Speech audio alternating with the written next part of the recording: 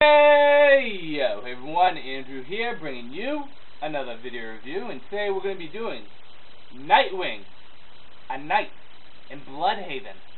Now, don't correct me if my pronunciation of Bludhaven is wrong. It's a freaky word. I asked everyone how they pronounce it. They kind of agreed with me. So whatever, if I'm right or wrong, don't bother correcting me because I'm going to call it Bludhaven no matter what. So with that said, Nightwing, a Knight in Bludhaven. Taking a look at this comic cover. Now this is the first Nightwing trade that starts off the ongoing Nightwing series that lasted for over 100 issues and just recently ended in 2009. There is one Nightwing trade that comes before this. It was a limited series, and I forget the name of it, but it dealt with the search for Alfred after Nightfall. I'll eventually pick it up sometime, but this is the first one that starts the ongoing Nightwing series. That lasted for quite a bit of time.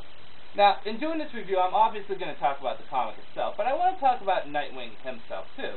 And I also want to talk about the Nightwing series a little bit towards the end. Dick Grayson. You guys all know who he is. Everyone knows who Dick Grayson is. Whether you read comics or you don't, by hook or crook, everyone knows Dick Grayson. Everyone in comics that reads comics know Dick Grayson was the first Robin and eventually became Nightwing, and now is Batman, but forget about that right now. And then if you don't read comics, even if you don't know Dick Grayson's name, Dick Grayson, when people say Robin, everyone usually associates Robin, the name Robin, the sidekick Robin, with Dick Grayson. At least people outside the comic book community and the people that don't read comic books. If I went up to my mother right now and I said, Mom, Robin, she would think Dick Grayson. She wouldn't think Jason Todd, Tim Drake, Damian Wayne, or Stephanie Brown or anything. She thinks Dick Grayson. That's because Dick Grayson is one of the most rich with history and very in-depth characters in the DC universe. And he's probably one of the most loved, too. Dick Grayson is the first Robin. Again, stuff I'm telling you that you don't already know. But Dick Grayson was the first Robin. And he was Robin from 1940s all the way up until the 1980s. So for a good chunk of time, he was Robin. But eventually, like with most characters, he had to evolve and change, and eventually turn into Nightwing. And being one of the few characters that were psychics that I believe successfully stepped out of the shadow of his mentor. Him and Wally West, I think, does it best. Dick Grayson becomes Nightwing and becomes his own man. And Wally West really steps out of the shadow of Barry and becomes the Flash and becomes his own Flash. Not just, oh, I'm the Flash, you know, trying to live up to Barry's name. Kind of like how Rodimus Prime was with Optimus Prime. So those characters did very well in jumping out of the shadow of their mentors. I think Nightwing did it a little bit better than Wally, but maybe that's just personally me. And like I said, Nightwing is a character that's been around for a long time, so he's very rich with history. And he has a lot of depth to the character. Along with Batman, Superman, and Wonder Woman, he's one of the characters that's been constantly in comics, non-stop, no matter what the title is, whether it's Batman, a Robin title, which shortly ran during the 60s, the Titans, or Nightwing himself, he's always been in comics. So Nightwing is a very near and dear character to the comic book community, and he's a character that's near and dear to me. He's a character that I love a lot, and I often consider him the heart and soul of the DC universe. A lot of people do, but I truly believe that he is the heart and soul of the DC universe. But that's enough about Nightwing. I just wanted to touch base on that. Let's talk about the story itself. Now, A Night in Bludhaven usually takes place after the Nightfall series, so it takes place around that time frame. And the start of the story, there's 21 or 22 dead bodies, and Batman sends Nightwing to Bludhaven, the sister city to Gotham, to find out who killed these people, because the bodies came from Bludhaven. Now, just to show you how crappy Bludhaven is as a place, it makes Gotham look like Metropolis. As bad as Gotham is, Bludhaven is worse. It is an absolute shithole. You know, reading this, it just looked like the fucking Holocaust. It was absolutely horrible place. So Bludhaven is not a good place. It has no one defending it. The politicians are corrupt. The police are corrupt. There is no Jim Gordon here. No. The police are absolutely corrupt. So, and you know, it's just absolute filth. It is a horrible place. So So Nightwing goes there to find out who killed these 22 men.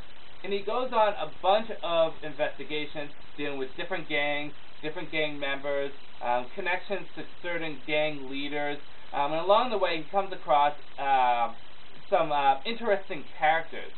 At one time he actually thought Black Mask was the man who caused all this trouble, but he isn't. It's someone else. And eventually, towards the end of it, he finds out who is the person that's snapping people's necks, and snapping them with relatively ease. Now, I'm not going to reveal who is the individual, but if you know anything about the Nightwing title, he's a very predominant villain, so you probably could guess. And that's the basic gist of the story, is Nightwing goes to Bludhaven, he realizes how crappy of a town it is, and he starts his investigation. And eventually he comes to the conclusion that this town is an absolute shithole, and it needs someone to defend it. Why not me? You know, I have no sidekick, I'm not the sidekick to anyone else, it's just me. No Oracle, no Batman, no Robin, just me. And Nightwing really likes that, is that it gives him a chance to, because before this, Nightwing's life was hell. He was in, if you read Batman Chronicle, it really sums out how badly Nightwing's life was going at this point. He felt betrayed when he was when Jean-Paul Valley was chosen to replace Batman besides him. And then him and Starfire's wedding was just totally destroyed. He was kind of off and on with the Titans, and everything was just a shithole. This was actually very therapeutic to Nightwing, because this gives him a chance to kind of get away. But eventually he decides to stay in Bludhaven, because it's an absolute shithole, and it needs a defender. So with that said, that's the basic story. Let's get on to the good, the bad, and whether or not you should get it. Good is, well, you automatically got a strong character in Nightwing, and this is a chance for him to really step out and do his own thing. Establish his own villains and his own atmosphere for his own comic. Chuck Dixon writes this, and Chuck Dixon I consider one of my favorite writers because he really did a good job with the Batman titles during the mid-90s. Batman, Robin, Nightwing, among other things. I think he touched upon Huntress, and he did a lot of stuff with the Batman titles at that time, and he did good with it. He did a very good job setting up the atmosphere of Bludhaven being an absolute shithole. Now, although it's a very dark kind of theme, it feels more gritty and poverty-stricken than dark. I don't know if you understand that, but that's how I got the feel from the city. Also, the position that he puts Nightwing in is a very nice position, is that Nightwing has nothing, and he's just going to the town. He doesn't have to amass millions of money. Well, I think he does, but it's not showcased. He doesn't have a lot of equipment. He gets a crappy place to live in. He's just starting at the bottom and working his way to become this vigilante. He has no connections or anything.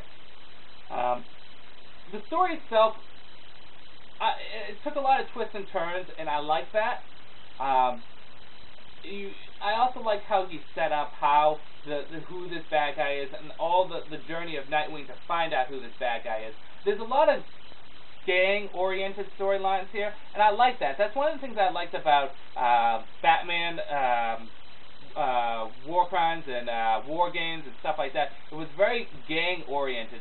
There's not many supervillains here. It's very much gang. And it brings you back to kind of the old school feel with Batman, back in the 60s and even back in the early days in the 40s, and when Batman was first around. So you get this kind of gang-like feel. There's not really many supervillains, just corrupt everything. And I like that feel. I felt it was good tone for the title. Bad. Well, the one bad I could say is that the supporting characters are fairly weak. You automatically establish a cop in there, and the cop is kind of shady. You don't know if he's good or bad. And I don't want to say he's necessarily a supporting character, but he's a major character in the story itself. So he's one of the strong characters. In addition to that, you also get the the superintendent that deals with Nightwing's apartment. Not really that strong of a character. Outside that, it's just Nightwing himself, which I'm on one hand okay with, but it would be nice to at least have more of a stronger cast. They don't necessarily have to be helping Nightwing. He can still be on his own, but I would have liked a little bit stronger of a cast. But it's not a big complaint. Also, this kind of transitions into the next story, which is Rough Justice. The first part of the Rough Justice story arc kind of starts in this.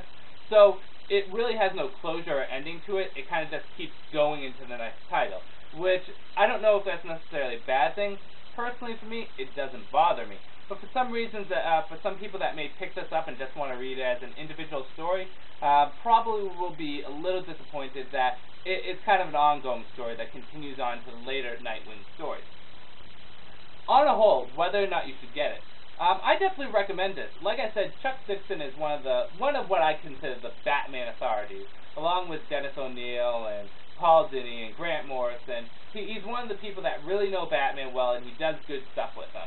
And this sets up a great atmosphere, and it's a good start to the Nightwing comics. And like I said, you automatically got a strong character in Nightwing. And it's it's prompted me to buy more Nightwing comics, which brings me to the Nightwing comic series as a whole. I've heard mixed things about Nightwing. I heard it started off really good, and then it kind of was mess towards the end. Which, whatever, that's fine with me. It has its ups and downs. I know that going into it. Don't tell me what graphic novels are good and bad, because I don't want to know. I want to take them at face value without having some kind of impression. And it's not even worth telling me, because I'm just going to buy all the Nightwing stories anyways. But from what I see right now, this starts off the series very well. And other stuff that I've read, like I'm currently reading Rough Justice, that is a great story. And this is definitely something that you want to pick up. To find it is kind of hard. I've only found this at a comic store once or twice. And online it's like $35. But like I said, if you want to get into the Nightwing series, this is a great place to start. Of course it's a great place to start. It's the start of the Nightwing series. But it's also a great story, and it sets up the Nightwing comic book series very well. I would recommend this to anyone. This is great. I would give it probably an A- for a score if I had to. Very good. Could use some improvement, but hey, what story doesn't? But anyways, with that said, I'm going to end this review here. I'm expecting a lot more Nightwing reviews coming up. I'll be able to get my hands on all the stories. The only one that's going to be tough for me to get is The Hunt for Oracle. Because Rough Justice is the hardest one, and I have it right here and I got it. But The Search for Oracle is pretty tough to get, so I may not be able to get that one. But everything else I can get pretty easily. So expect more Nightwing reviews, and after Nightwing I'm going to go to the Outsiders a bit more, because I've already did some Outsider stuff. And then I'm going to focus on Robin. So I'm going to end the review here. I've been babbling on too long, but great story. If you like low crime-oriented stuff and gang stuff, and you kind of want to step away from the supervillain thing, this is a good place to go. So I'm going to end the review here. This is Andrew saying peace out for now.